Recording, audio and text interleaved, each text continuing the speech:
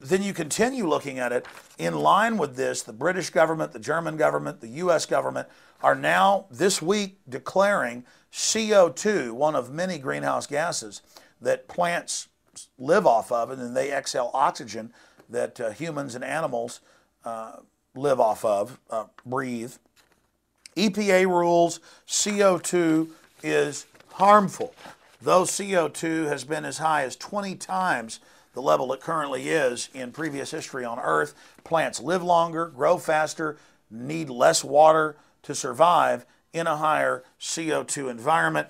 And all human activity, even according to the UN's own cooked numbers, based on fraudulent climate data, that documents have now been released in the last 7 days where the UN orchestrated this with all the scientists.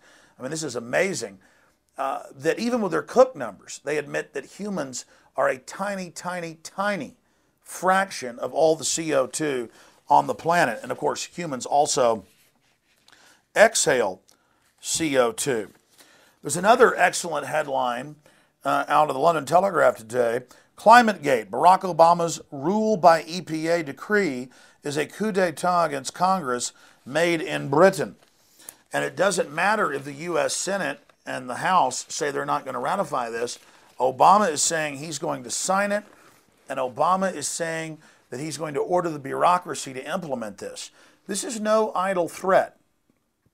Barack H. Obama is following in the footsteps of Arnold Schwarzenegger.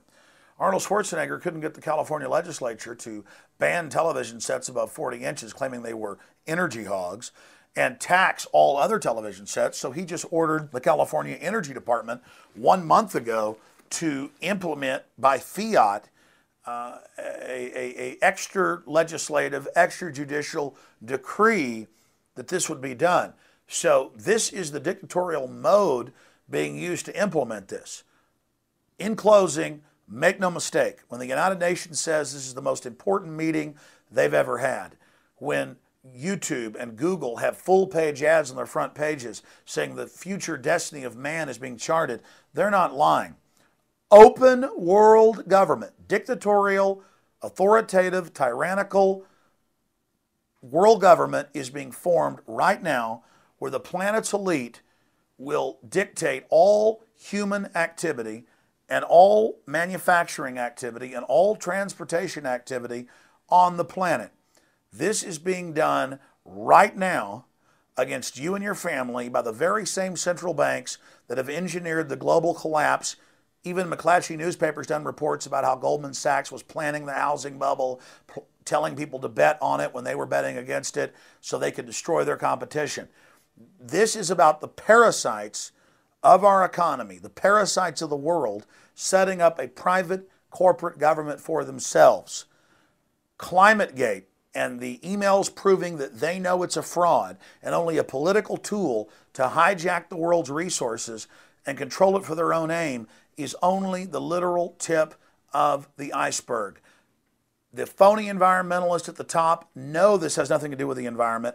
It has to do with a massive power grab to control the future destiny of civilization and society, and most importantly, to freeze the third world, their economic development. Just in the United States, in the last 5 years, more than a third of our agricultural base has been used to produce ethanol. This has triggered, admittedly, a doubling in world food prices in the last 3 years, and riots, food riots, as people starve to death across the world. This is eugenics. This is genocide. The global elite believe humans are parasites, and they are carrying out a program of genocide against free humanity. Please tell everyone you know that this is a distraction from real environmental crises like cross-species genetic engineering and toxic waste dumping and overfishing of the oceans, real issues that aren't being addressed. This is a global authority taking control of the life-giving gas carbon dioxide and listing it as a toxic pollutant so they have the power to tax and destroy and consolidate the world economy.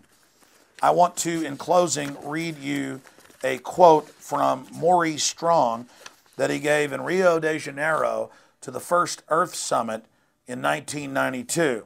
He said, "Isn't the only hope for the planet that the industrialized civilizations collapse? Isn't it our responsibility to bring that about?" There are literally hundreds of other quotes by these men and women, these Malthusians, these eugenicists, these Hitlerian supporters of population reduction.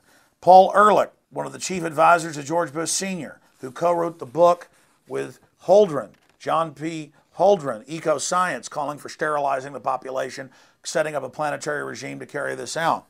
He said, a massive campaign must be launched to de-develop the United States.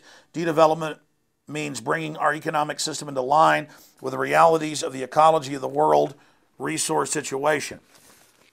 My friends, you better learn about eugenics. You better understand the mindset of the controllers and how they want a global monopoly.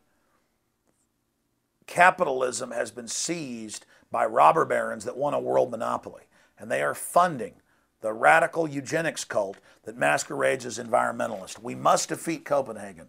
We must come together against this tyranny.